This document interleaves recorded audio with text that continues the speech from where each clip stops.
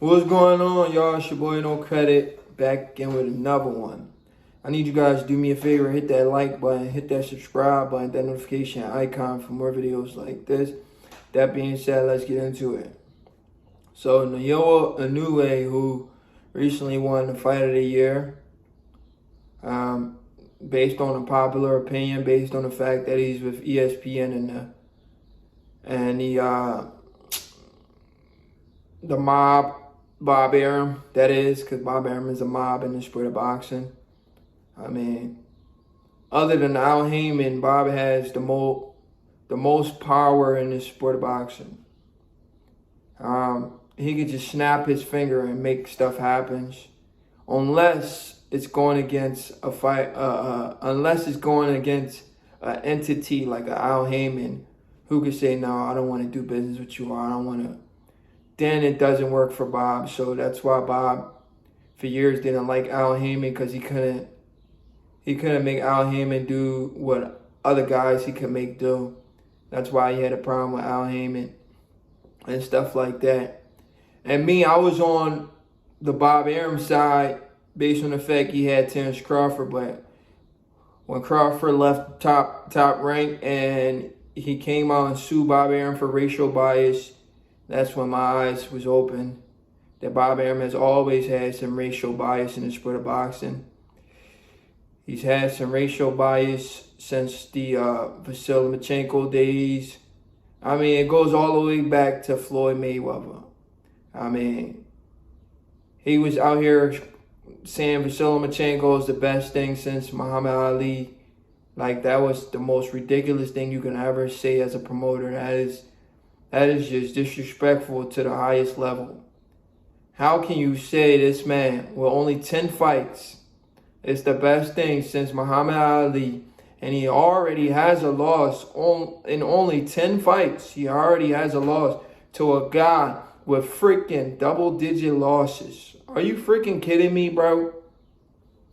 That's disrespectful at the highest level. That's more than just racism. That's just completely a spit in the face of Muhammad Ali, bro. You comparing a guy who has 10 wins with 1 losses. You even saying this guy is the pound-for-pound best over, not just even saying he's the pound-for-pound best over Andre Ward and Terrence Crawford, but saying he's the best thing since Muhammad Ali is just flat out, like, blatant racism to your face, if you guys really sit down and think about it. And it was just disgusting on the part of Bob Arum. And when we watched that unfold in front of our faces, and a lot of us didn't really check Bob Arum for that.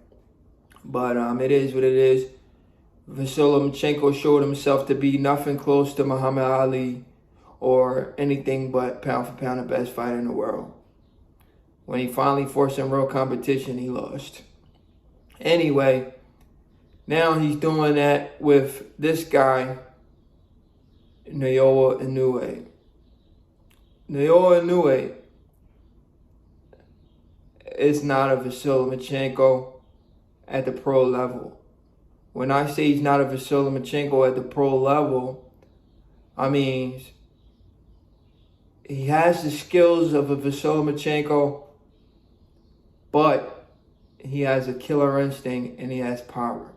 So I will give INOUE a pass when it comes to the skill set.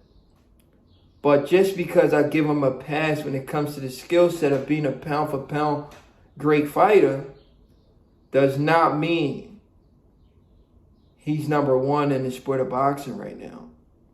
He's not. Because of the level of competition. His level of competition has been okay, but it's been subpar, meaning like he's not fighting other. We all know, don't get me wrong, like I just told y'all, he is a pound for pound fighter. But he's not, he shouldn't be ahead of all of these guys on the pound for pound list. Because these guys are fighting other pound for pound fighters. You understand what I'm saying? They're fighting other pound for pound fighters.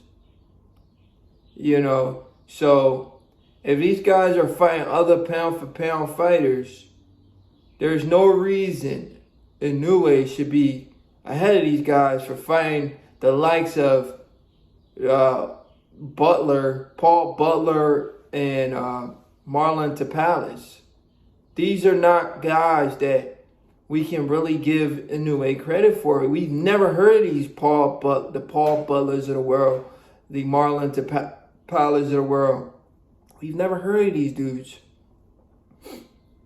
Now, with that being said, INOUE is set to fight Luis NERY. You know, INOUE versus Luis NERY. Luis NERY is a name in the sport of boxing. I will give you that. Now, this is what I'm saying. If I still wouldn't think he's pound for pound the best fighter in the world, even though he's a name, but it would just look a little bit better. So let's say INOUE would have fought Luis NERY to become undisputed. That would have been a great fight. Figueroa to become undisputed. That would have been a great fight. Stephen Fulton to become undisputed. That would have been but he fought Stephen before he became undisputed. If he would have fought Akhmadaliev, who suffered a upset loss to Palace, you know, this stuff happens in the sport of boxing. That would have been awesome. Now, let me give y'all another example. Since y'all say Crawford, y'all like to disrespect Bud not being a pound-for-pound talent. Y'all refuse to give Crawford credit for beating Jeff Horn, right? When Jeff Horn beat Manny Pacquiao, right? Why should we give INOUE credit for beating Tapales if Tapales beat Akhmadaliev, who is a better fighter? You guys would have rather see Akhmadaliev versus INOUE, right? Just how you would rather see Crawford versus Manny Pacquiao. So, if you refuse to give Crawford credit for beating Jeff Horn, beating Victor Postol, who beat Lucas Matisse, I know you would have rather see the Lucas Matisse fight. So, why should we give INOUE credit for being a guy who's coming off an upset loss? I mean, an upset win.